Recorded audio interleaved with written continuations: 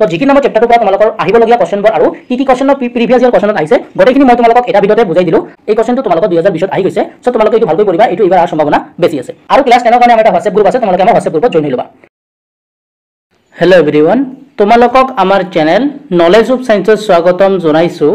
এইটো ক্লাছ 10 এছামিছৰ জিকিৰ নামৰ চেপ্টাৰটোৰ পৰা কোনকেইটা কোৱেশ্চন তোমালোকৰ পৰীক্ষাত আহিব পাৰে এই সম্পৰ্কে আজি আমি এই ভিডিঅ'টোত তোমালোকৰ আগত ডিসকাশন কৰিম।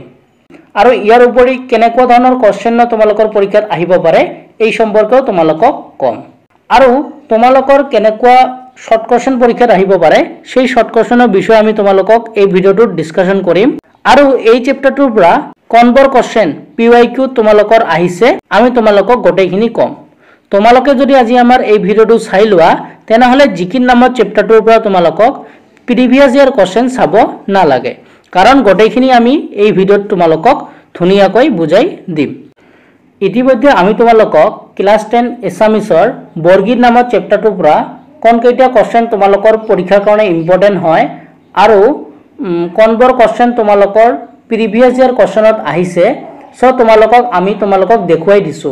তোমালোকে যদি ভিডিঅ'টো চোৱা নাই তোমালোকে আমাৰ চেনেলত গৈ চাব পাৰা, নতুবা আমি প্লেলিষ্ট বনাই দিছো, তোমালোকে গৈ চাই ল'বা। পলম নকৰাকৈ আজি ভিডিঅ'টো ষ্টাৰ্ট কৰিছো।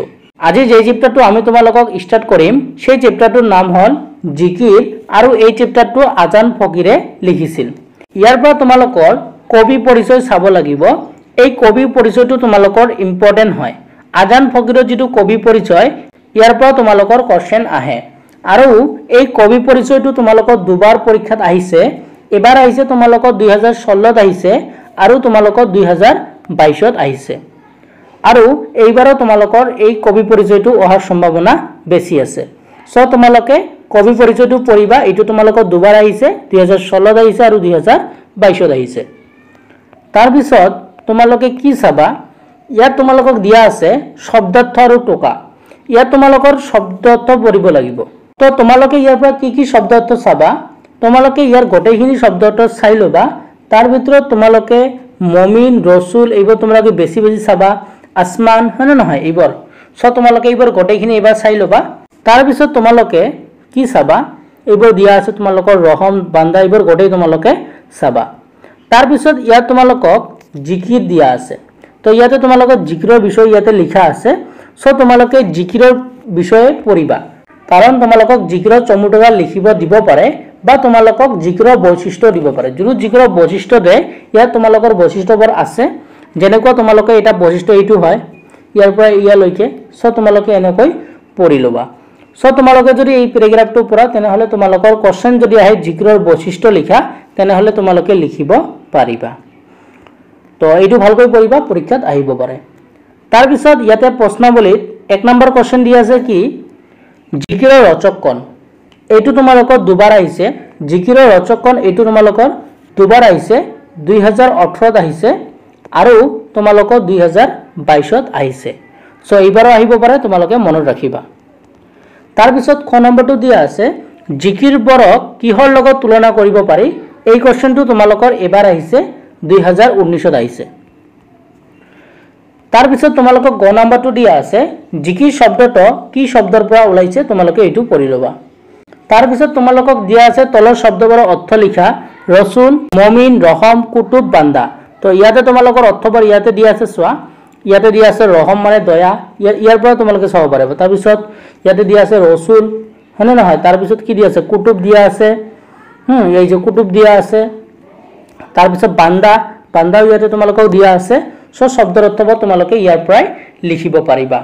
আৰু ইয়াৰ ভিতৰত এই শব্দ অৰ্থৰ ভিতৰত যেটো তোমালোকৰ মমিন আছে, এই মমিনটো তোমালোকৰ 2016ত আহিছে।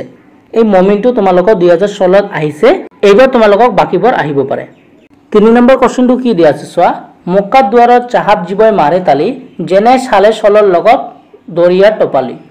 উল্লেখিত কবিতা ফাঁকিৰ অন্তৰ্নিহিত ভাৱটি বিশ্লেষণ কৰা। আৰু এইটো তোমালোকৰ 2020ত আহি গৈছে। এই কোৱেশ্চনটো তোমালোকৰ 2020ত আহি গৈছে। সো তোমালোকে এইটো ভালকৈ পঢ়িবা, এইটো এইবাৰ আহাৰ সম্ভাৱনা বেছি আছে। তোমালোকে এইটো কোৱেশ্চন ভালকৈ চাবা। তাৰ পিছত 4 নম্বৰ কোৱেশ্চনটো তোমালোকক ব্যাখ্যা দিয়া আছে। ইয়াৰ পৰা কত দিয়া আছে পানী মৰে পিয়াহত, অগ্নি মৰে জাৰত, খোদা ৰসুল লুকাই আছে মমিনৰ আৰত।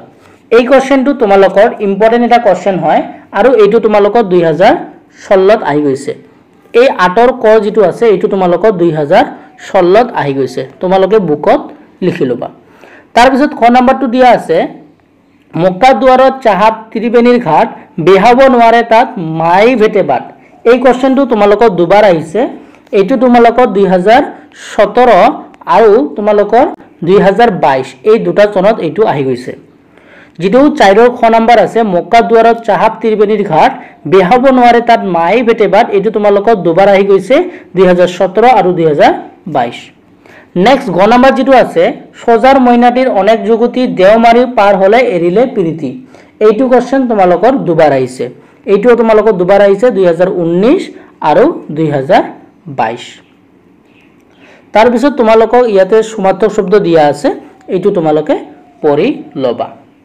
এতিয়া এই চেপ্টাৰটোৰ পৰা তোমালোকৰ কেতিয়াবা ভিতৰুৱা কোশ্চেন দিয়ে এতিয়া কি ন ভিতৰুৱা কোশ্চেন দিয়ে চোৱা ইয়াৰ পৰা তোমালোকক কেতিয়াবা লিখিব দিয়ে জিকিৰ কাক বলে তেতিয়া তোমালোকে এইটো লিখিবা ইয়াৰ পৰা লিখিবা যি জীৱৰ গীতত সঘনে পৰম কৰুণাময় আল্লাহৰ প্ৰতি আনুগত্য প্ৰকাশ কৰি তেওঁক উপাসনা কৰাৰ বিধানসমূহৰ লগতে ইছলাম ধৰ্মৰ মৌলিক নীতিসমূহ প্ৰকাশ কৰা হৈছে তাকে জিকিৰ বলে তোমালোকক যদি দিয়ে জিকিৰ কাক বলে তোমালোকে এইখিনি লিখি দিবা ফুল মাৰ্ক পাবা তাৰ পিছত কেতিয়াবা তোমালোকক কোশ্চেন দিয়ে যে জিকিৰ শব্দটো কৰ পৰা ওলাইছে তেতিয়া তোমালোকে লিখিবা জিকিৰ শব্দটো আৰবী শব্দ জিকিৰ শব্দৰ অসমীয়া ৰূপ বা জিকিৰ শব্দটোৰ পৰা ওলাইছে তোমালোকক যেনেকৈ কোশ্চেন দিয়ে তোমালোকে তেনেকৈ লিখি লবা আশা ৰাখিছো আজিৰ ভিডিওটো তোমালোকে ভাল পালা তো জিকিৰ নামৰ চেপ্টাৰটোৰ পৰা তোমালোকৰ আহিবলগীয়া কোশ্চেনবোৰ আৰু কি কোশ্চেন প্ৰিভিয়াস ইয়াৰ কোশ্চেনত আহিছে গোটেইখিনি মই তোমালোকক এটা ভিডিওতে বুজাই দিলো